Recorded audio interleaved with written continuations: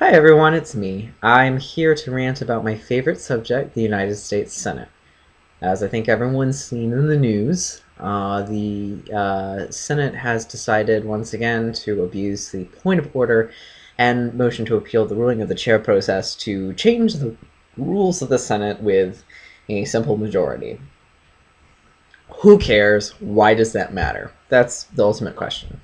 Um, as all of you know, probably, I am a big institutionalist in many ways, not just with politics, but in many other fields. But I have a particular love of the United States Senate, which I sincerely believe is the greatest deliberative body in the world. Is it messy? Absolutely. But it's a beautiful institution that is designed in a very unique way, in a way that sets it apart from almost any other legislative body known to humanity. And sadly, we've seen steps being taken as part of what I like to call the judicial civil war, which has been going on in the Senate for about almost nearly 20 years now. Not quite 20, more like, I guess, 17. But for quite a while, certainly most of my life. So I want to walk through why today is a big deal, why you should care about it, and why filibusters are really a good thing in the United States Senate. First of all, it's just some background. How did we get to this point? I've covered this previously in other videos, so I won't go into too much detail. But essentially, it started around the time when George Bush came into office. I'm talking about the more recent George W. Bush around 2000. The Democrats were concerned about many of the nominations that they thought were going to come through the Senate, and such some of them did, and they were concerned about the Republicans using the majority to essentially pack the judiciary with ultra-conservative judges, which essentially is what the Republicans were doing. So the Democrats said, we're going to start obstructing judicial nominees who are otherwise qualified for ideological grounds. Now, this is something that had happened before in the Senate, and frankly has been happening since the late 1700s, basically near the dawn of our nation as we know it. So it's not something that was unheard of. What was somewhat unique was the fact that this was taking place more systematically. Certainly not as much as it would later come when Republicans took over and seemed to obstruct almost every judicial nominee. So it wasn't that large scale, but it was of a sufficient scale to be very noticeable. And judges that were seen as much more on the conservative side of the spectrum were starting to be obstructed in the Senate who are otherwise qualified simply because they were too conservative. When things shifted a little bit and the president became a Democrat and Republicans had enough sway in the Senate to actually filibuster nominees, that occurred. And Republicans took what the Democrats had started and made it far worse. Instead of filibustering, say, 10 to 15 to 20% of the nominees, they were essentially doing a filibuster in terms of requiring cloture votes to proceed on the nomination, and it not necessarily being unanimous on virtually around 70 to 80% of them. The Republican minority also started to use judicial nominations as a bargaining chip with the majority party. So essentially, the Republicans would hold up nominees that everyone agreed was definitely qualified. There wasn't any sort of idea that they shouldn't be on the bench, really, or if there were maybe 3 or 4 senators who felt that way. But it was clear that they were going to be confirmed probably by a 90-plus vote. But Senator McConnell decided that he was going to horse trade. Whenever there was a deal going on, the Democrats needed to, say, Senator Reid, who abused the amendment process by filling up the amendment tree and basically not allowing Republicans or Democrats, really, to offer amendments he didn't like. In exchange for that bad action that hurt the Senate, Senator McConnell said, well, I'll do this bad action that hurts the Senate by essentially horse trading votes on judicial nominees in exchange for Senator Reid allowing votes on amendments and some other larger negotiations like bill passages and things like that. For a while, as messy as it was, it sort of worked because Again, you're exchanging one abuse of the system by Senator Reid for another abuse of the system for Senator McConnell.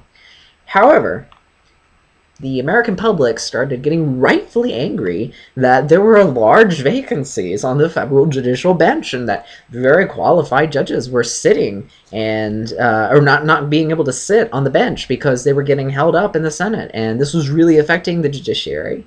And it just wasn't something that was acceptable, and the American people started caring about that, which is a good thing, because the American people need to care about these things because they're really important to our democracy. Senator Reid's transgressions, of course, went a little more unnoticed. Most people probably don't even know that the Senate operates under an amendment tree, don't really know what that is, and don't know what I'm talking about. And I'm not going to get into this in this video because that would bore you to tears. Though if you're watching this video, then I'm surprised you're not already bored to tears. But anyhow, the American people rightfully started getting very frustrated with Republicans, who are also filibustering non-judicial stuff too, and non-judicial nominees as well, and it was clearly abusing the important notion in the Senate that you need consensus to operate by not operating consensus on things which they should. And eventually Senator Reid got tired of it, very understandable, but then decided that he was going to essentially invoke a nuclear option where anytime the president nominates someone except for the Supreme Court, it would only require 51 votes to end debate. So essentially he killed the idea of Senate consensus, but only on executive nominations minus the Supreme Court. What happened today is that Senator McConnell doubled down on the very thing that he derided and quite vehemently attacked by saying, oh, he didn't go far enough. Now we need to do this for Supreme Court nominations as well. And all of those senators who just a few years ago on the Senate floor stood up and said, this is an attack on the institution, all fell in line to say, no, no, no, we have to respect the traditions of the Senate. So, like I say, hypocrisy abounds. That's just the nature of politics and the reality of politics. So you may say, Nathan, okay, why is this so important? The president should get his nominees, or her nominees. And I absolutely agree with that. The president should generally get their nominees, even this president. He's the president. I don't like it. You may not like it. But that's the reality. And as long as he nominates people who are qualified to the job, aren't crazy, the Senate should generally confirm them unless there's something really bad in their past that would prevent them from doing the job well or which shows a lack of character. Is Gorsuch the sort of person I would confirm to the Supreme Court? No, I wouldn't nominate Gorsuch, but I think he could have done a lot worse under Trump, and I don't know that the Senate really has a business obstructing him. I think it's more of an understandable frustration with Trump that's playing out through this. Now I'm getting on a rabbit trail. Nathan, why is it important? Why is it important that these filibusters are going away? I thought filibusters were bad. Well, they're not bad.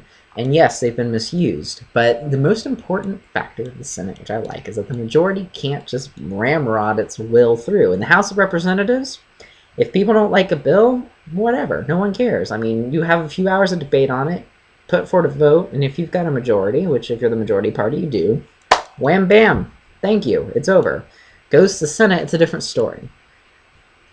And my concern is that we're moving ever closer to the next step, which is going to be the majority is going to get obstructed on some bill it really wants to pass, and it says, well, the Democrats got rid of the filibuster for executive nominations. The Republicans got rid of it for Supreme Court confirmations.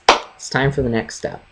Let's get rid of filibusters altogether in the U.S. Senate. Everything is by majority vote, which the average person on the street might say, oh yeah, that makes sense. The majority should be able to do it at once. But no, it really shouldn't.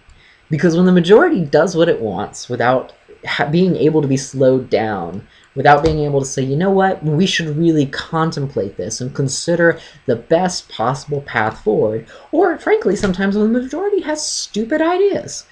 Because let me tell you, every majority in my lifetime in both parties has had some stupid ideas. Many, not all of them, have been stopped in the U.S. Senate after being approved in the House. Because again, the majority in the House can do it at once, and the Senate presently it can't, because you have to have either a consensus between the parties or 60 votes. And if you don't have 60 votes, you can't do much in the U.S. Senate. Well, you can slightly do more and more now. You can confirm bad people, and you can do a lot of budget stuff through reconciliation, which I won't get into in too much detail right now. My concern is that the thing that has made the Senate the best deliberative body in the world, that is that the minority can really force the majority to reflect and has real power to basically force the majority, when it is in the majority, to compromise with the minority, to not get what it wants. That's a really good thing in democracy. One of my favorite, or well, we have somewhat of a love-hate relationship, but I quite like de Tocqueville. And he's basically a Frenchman who comes to America and has some observations about democracy. And he writes about what many people now refer to as the tyranny of the majority. And that is a real problem in democracies. Even though we're in a representative republic, we're a democratic republic. And when the majority can do whatever it wants with impunity, that's a problem. And the beautiful thing about our system is that if there's a president of one party and a Congress of one party, like we have now, the majority still can't always do its will, even if every member of their party is on board. Because they can do it in the House, and the president can do whatever he or she wants. But the Senate is the Senate, and the Senate requires consensus and deliberation. The more and more we move towards breaking down that forced deliberation, that consensus, the more we remove a really important part of our democracy that causes us to pause and reflect. And it may be annoying. It certainly gets abused. But it is a tool that does a great deal more to help our democracy rather than hurt it. And that is why I believe that the actions that have been undertaken today by Senator McConnell and the Republicans, and the actions that were previously taken by Senator Reid and the Democrats, are extremely abhorrent. To me, not only as an institutionalist who greatly respects the unique character of the United States Senate, but also as a citizen of the United States of America who fundamentally believes in the importance of separation of powers, not just in that beautiful triangle of the executive, legislative, and judicial, but also in the check between the power of the minority and the majority, which is now being eroded frequently and is starting to heavily favor the majority. So there's my rant. There's not much to do about it. I think it's inevitable. It's more of a question of when. But I hope perhaps I've imparted to you a reason why you should care about this. Perhaps enough to write a letter to your senator to let them know that, yes, the filibuster can be annoying. Yes, people misuse it. But it's an important part of our system of governance, and it should remain. And we should reverse the damage that has been caused by two very short-sighted Senate Majority Leaders, Senator Reid and Senator McConnell. And on that note, I end my rant. I hope you all have a lovely Easter.